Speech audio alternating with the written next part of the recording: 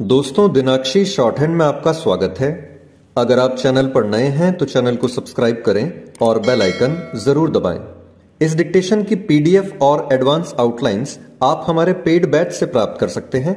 हमारे paid batch में आपको प्रतिदिन सभी डिक्टेशंस की एडवांस आउटलाइंस और वाक्यांश प्राप्त होते हैं। अगर आपको पेड बैच के बारे में संपूर्ण जानकारी प्राप्त करनी है तो आप डिस्क्रिप्शन बॉक्स में दिए गए मोबाइल नंबर पर व्हाट्सएप कर सकते हैं। इस डिक्टेशन की डेमो आउटलाइंस को प्राप्त करने के लिए आप हमारा टेलीग्राम ग्रुप ज्वाइन कर सकते हैं। तो चलिए डिक्टेशन को स्टार्ट करते हैं। डिक्टेशन 5 सेकंड बाद स्टार्ट होगी। Ready, start. माननीय उपसभाध्यक्ष महोदया, ऐसा लगता है कि यह बिल सारी संपत्ति की रक्षा के लिए आवश्यक है। मैं समझता हूं इसमें दो राय नहीं हो सकती कि इस सारी संपत्ति की समुचित रक्षा करने की व्यवस्था की जाए, लेकिन इस सरकार का जो व्यवहार है और जिस प्रकार का आचरण है और जिस तरह से सरकार ने पहले राष्ट्रीय सुरक्षा अधिनियम और उसके बाद आवश्यक सेवा अधिनियम लाकर उसका दुरुपयोग किया है, इस सारे आचरण को मद्देनजर रखते हुए इस बिल का अधिकार जो सुरक्षा बल को दिया गया है, यह उचित नहीं मालूम पड़ता। यह बात सही है कि इस बिल में न्यायपालिका के अधिकार, कार्यपालिका के अधिकार, राज्य के अधिकार, इन तीनों अधिकारों पर सरकार ने अतिक्रमण किया है। जिस तरह के प्रावधान इस विधेयक में किए गए हैं, इन प्रावधानों से यह शंका खड़ी होना स्वाभाविक है कि इनका दुरुपयोग सार्वजनिक संपत्ति के नियम पर मजदूरों को दबाने के लिए और उनकी जायज आवाज को किसी भी तरह से दबाने के लिए किया जाएगा। इसमें कोई दो राय नहीं है कि जिस प्रकार से अब तक इस प्रकार के प्रावधानों का दुरुपयोग किया गया है, उसी प्रकार से इसका भी किया जाएगा।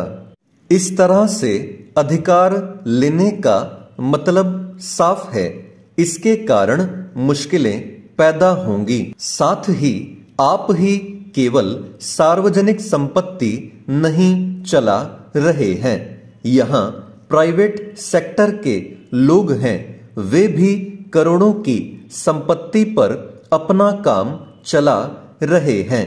उनकी सुरक्षा कौन करेगा? कल को क्या प्राइवेट सेक्टर के लोगों की यह मांग नहीं होगी कि उनको भी इसी प्रकार के अधिकार दिए जाएं? उस वक्त आपके लिए उनकी मांग को मानने से इनकार करना कठिन हो जाएगा। मैं समझता हूं कि इस सब का एक विशेष प्रभाव होगा।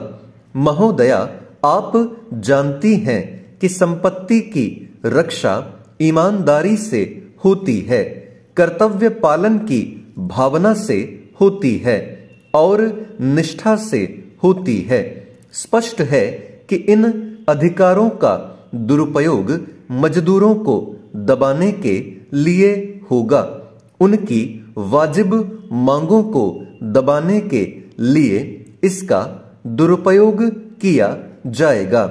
उनको इसके अंतर्गत गिरफ्तार कर उन्हें सजा दी जाएगी। इस प्रकार से भयानक रूप से मेरा विचार है कि अगर इसका दुरुपयोग होगा, अगर आपने अब तक आवश्यक सेवा अधिनियम का दुरुपयोग नहीं किया होता तो हम मान लेते कि एक एक्ट का भी दुरुपयोग नहीं होगा, लेकिन हमारे सामने अनेक उदाहरण हैं। आप यहाँ पर जो भी कानून लाते हैं उनको असमान बताते हैं, बहुत पवित्र बताते हैं और यह भी कहते हैं कि हम इन कानूनों को ईमानदारी से ला रहे हैं, लेकिन उनके पीछे जो भावना रहती है वह बहुत गंदी रहती है। आपने सुरक्षा बल के लोगों को अपनी एसोसिएशन बनाने का अधिकार नहीं दिया। उनकी जो शिकायतें होंगी, उनकी जो परेशानियां होंगी, उनकी सेवा शर्तों में जो कमियां होंगी, उनके संबंध में वे कहां जाएंगे। आप कहते हैं कि उन बातों के बारे में हम चिंतित रहते हैं, लेकिन अब तक जो भी आपकी सरकार रही वह निकम्मी सरकार रही।